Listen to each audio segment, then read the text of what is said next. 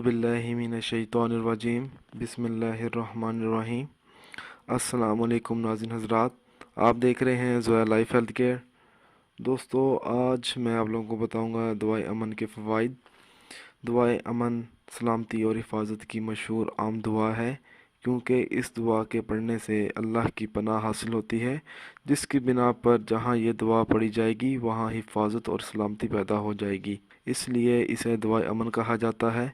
लिहाजा रात को सोने से पहले इस दुआ को एक मरतबा पढ़ लेने से घर का माल व जान अल्लाह की हिफाजत में रहेगा। अगर किसी चीज़ के चोरी हो जाने का ख़तरा हो तो इस दुआ को 11 मरतबा पढ़कर उस चीज़ पर दम करें और अल्लाह की मेहरबानी से वो चीज़ अल्लाह की पनाह में रहेगी और चोरी होने से महफूज रहेगी। अगर कहीं पर लड़ाई का ख़तरा हो तो उस जगह पर दुआ को बार बार पढ़ें। इस दुआ की बरकत से लड़ाई ना होगी।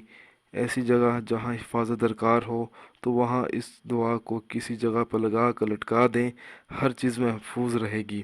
दोस्तों, अगर आपको हमारी ये ऑडियो पसंद आई है तो इसको लाइक कीजिए और शेयर कीजिए। साथ ही मेरे channel Zoya life health care को सब्सक्राइब भी कीजिए।